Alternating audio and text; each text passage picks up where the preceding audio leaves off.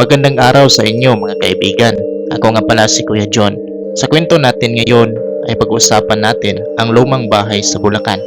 Ito ay kwento ng isa nating kababayan na nagpadala sa atin. Inaanyayahan ko kayong lahat mga kaibigan na kung kayo ay may mga kwento rin katulad nito ay ipadala na sa ating email address. Simulan natin ang istorya. Bago nangyari ang gabing iyon, normal naman ang buhay namin.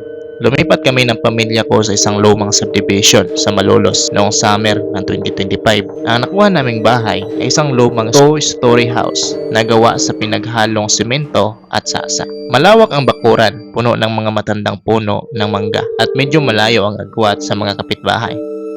Dahil mura ang upa, hindi na kami nagdalawang isip ni Mama. Ako nga pala si Jay, 22 taong gulang.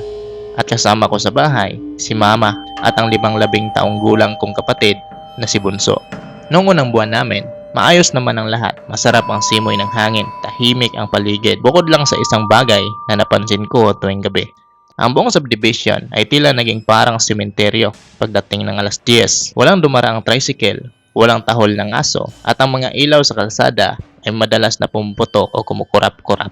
Jay, napansin mo ba ang pinto sa kusina? Tanong sa akin ni Mama isang umaga habang nagtitimpla siya ng kape. Bakit ma? May sira ba? Sagot ko habang nag-aayos ng gamit para sa online work ko. Parang palaging nakabukas ng bahagya kapag nagigising ako ng madaling araw. Sinisigurado ko namang nakalock iyon bago tayo matulog.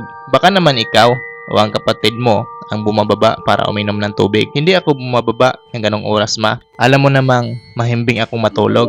Baka si Bunso, sabi ko. Bagamat may kaunting kaba na akong nararamdaman. Nagsimula ang totoong takot noong linggo ng Nobyembre. Kakatapos lang ng undas noon dahil panggabi ang shift ko sa trabaho bilang isang freelance video editor. Sanay akong gising hanggang madaling araw. Ang computer table ko ay kaharap sa bintana na nakadungaw sa madilim na bukuran. Insaktong alas 12 ng hating gabi nang marinig ko ang unang katok. Mabagal, suwabe, parang may bisitang napadaan lang at nagalinlangang mag-alala. Napatigil ako sa pagpindot sa keyboard. Lumingon ako sa may pinto ng kwarto ko. Pero na-realize kong ang tunog ay nanggaling sa ibaba, sa mindor ng bahay. Ang unang pumasok sa isip ko ay baka si Mang Nardo, ang night watchman ng subdivision na madalas mag-ikot para manghihingi ng barya o kaya'y magbabala kung may naiwang bukas na gate. Tumayo ako, lumabas ng kwarto at dandahang bumaba ng hagdan. Patay ang lahat ng ilaw sa sala kaya madilim. Maliban sa liwanag ng buwan na tumatagos sa bintana, lumapit ako sa pinto. Sino yan? Mang Nardo? Tanong ko habang nakadikit ang tainga sa malamig na kahoy. Walang sumagot. Pero naramdaman ko ang maharang pagaspas ng hangin sa labas. Sumilip ako sa peephole. Walang tao. Ang tanging nakikita ko lang ay ang lumang gate namin at ang kalsadang walang kahit isang anino. Sa isip ko, baka mga bata lang na nagtitrip, bulong ko sa sarili ko. Bumalik ako sa itaas at ipinagpatuloy ang trabaho ko.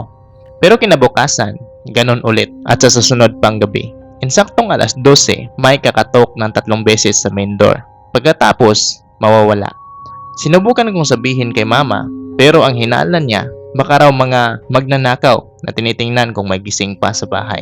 Mag-ingat ka, Jay, seryosong sabi ni Mama habang nagluluto ng hapunan. Huwag na huwag mong buksan ang pinto ng ganyang oras. Maraming masasamang loob ngayon. Uso ang akyat bahay. Opo, Ma. Nilalagay ko na nga yung double lock, sagot ko. Safe ang hinala namin, tao ang may nagawa nito, isang akyat bahay na nagmamasid. Ngunit, habang lumilipas ang mga araw, ang diskarte ng kumakatok ay nagsimulang magbago at doon na ako nagsimulang nakaramdam ng kakaibang kilabot na hindi galing sa takot sa magnanakaw.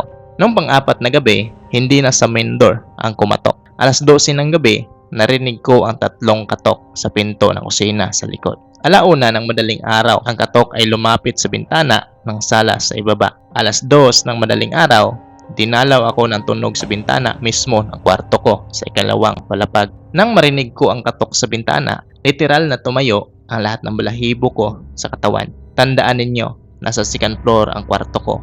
Walang balkonahe sa labas ng bintana ko. Diretsong bagsak iyon sa simentadong garahe sa ibaba. Walang kahit anong puno na pwedeng kapitan o sanga na pwedeng humampas sa salamin. Ang tunog ay parang nanggagaling sa isang matigas na bagay, parang buto o mahabang kuko na itatama sa salamin. Nakatitig lang ako sa kurtina ko. Gustong gusto kong hawiin ito para tingnan kung anong nandun. Pero parang may kung anong boses sa isip ko na nagsasabing, huwag, kapag nakita mo siya, makikita ka rin niya. Kinaumagahan, tiningnan ko ang labas ng bintana mula sa ibaba. Walang hagdan, walang bakas ng kahit ano. Pero may napansin ako sa salamin ng bintana ko sa itaas. May tatlong maliliit at mapuputing gasgas, tila iniwan ng matatalas na kuko. Doon ko napagtanto, hindi ito ordinaryong tao. Ang magnanakaw, hindi mag-aasya ng oras na kumatok sa gabi-gabi nang walang ninanakaw. Ang magnanakaw, hindi lilipad sa second floor para lang kumatok sa bintana. Dumating ang gabi ng Biyernes. Umalis si Mama kasama si Bunso para pumunta sa lola ko sa Nueva Ecija dahil bigla itong nagkasakit. Gusto sana nila akong isama pero hindi pwede dahil may mahalaga akong deadline sa Sabado ng umaga. Sigurado ka bang dito mag-isa ka, nak? Tanong ni Mama habang nag-iimpake ng bintahe. Ipalak mo lahat ng pinto kung maaari. Buksan mo lahat ng ilaw sa buong bahay. Opo, Ma. Ayos lang ako. May itak naman sa kusina kung sakali, pagbibiro ko pa. Sinusubukang itago ang kabang unti-unting lumalalam sa dibdib ko. Nang umalis sila bandang alas 8 ng gabi, ginawa ko ang sinabi ni Mama.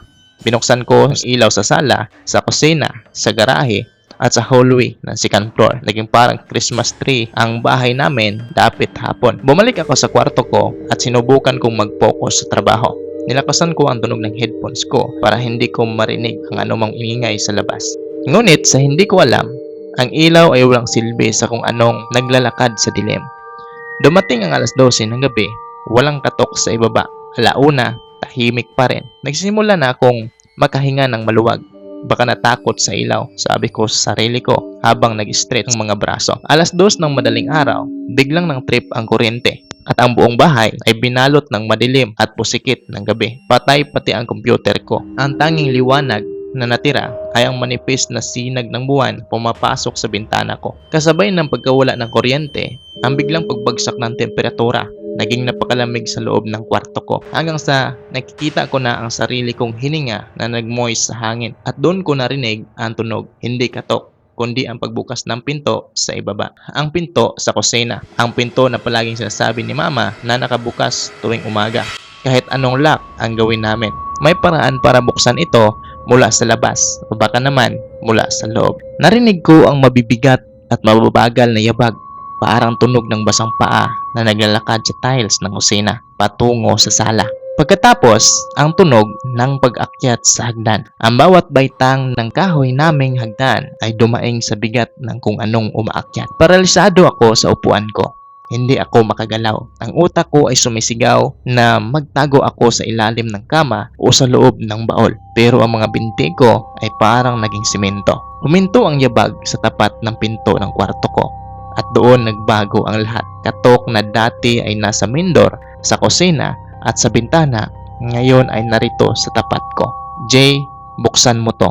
Nanlaki ang mga mata ko. Ang boses ni Mama. Pero may mali. Ang tono ng boses ay masyadong patag, walang emosyon at parang nanggagaling sa ilalim ng lupa.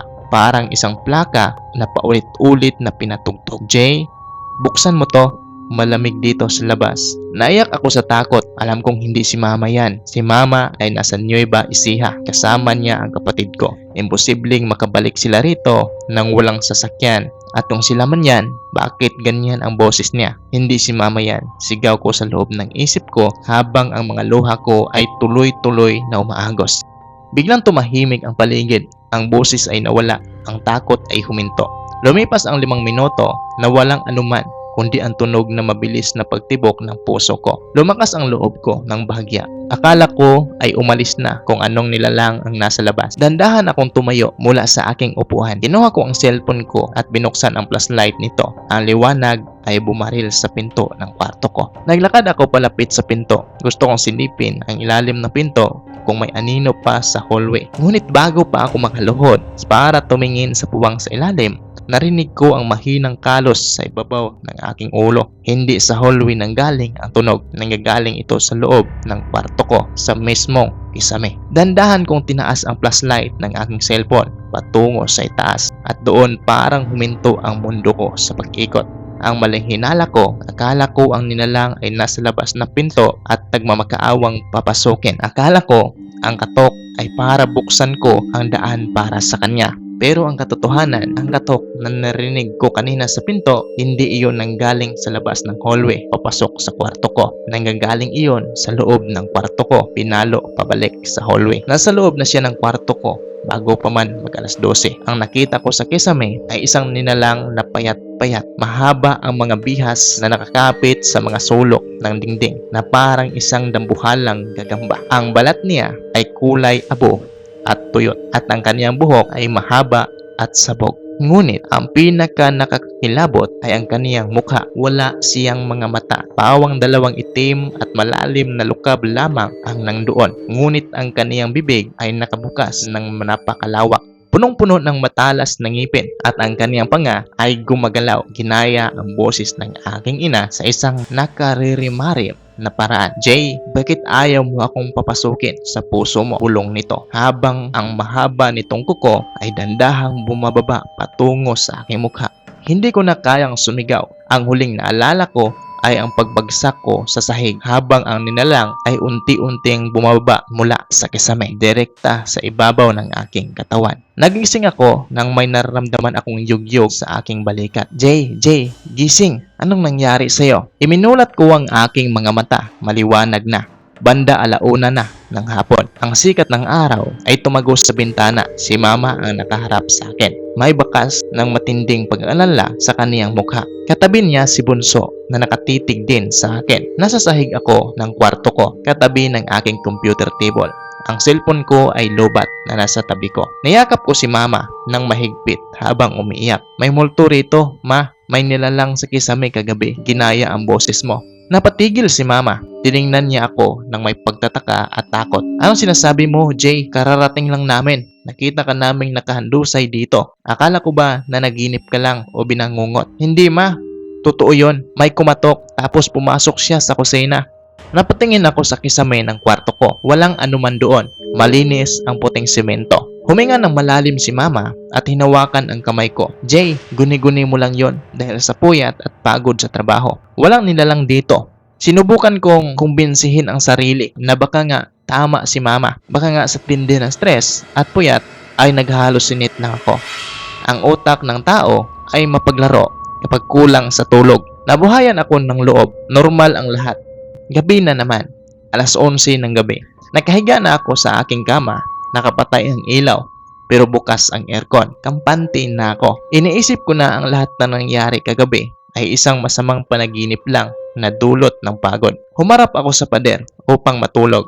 Ngunit bago pa man pumikit ang aking mga mata, naramdaman ko ang muling pagbaba ng temperatura sa loob ng kwarto.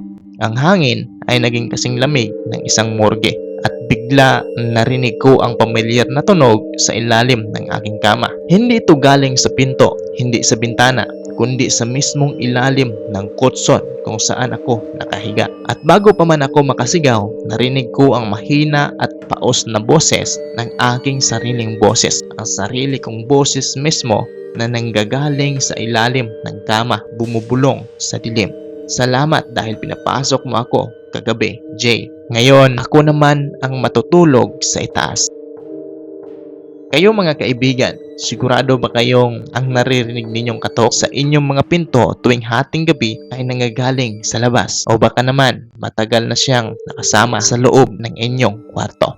Kung mayroon kayong katulad na nakakakilabot na karanasan, i-comment ninyo sa ibaba o i-send ang inyong mga kwento sa aming email para sa ating susunod na episode. Huwag kalimutang mag-subscribe at i-share ang video na to. Mag-ingat kayo sa pagtulog ngayong gabi dahil baka hindi lang kayo ang nag-iisa sa inyong kama.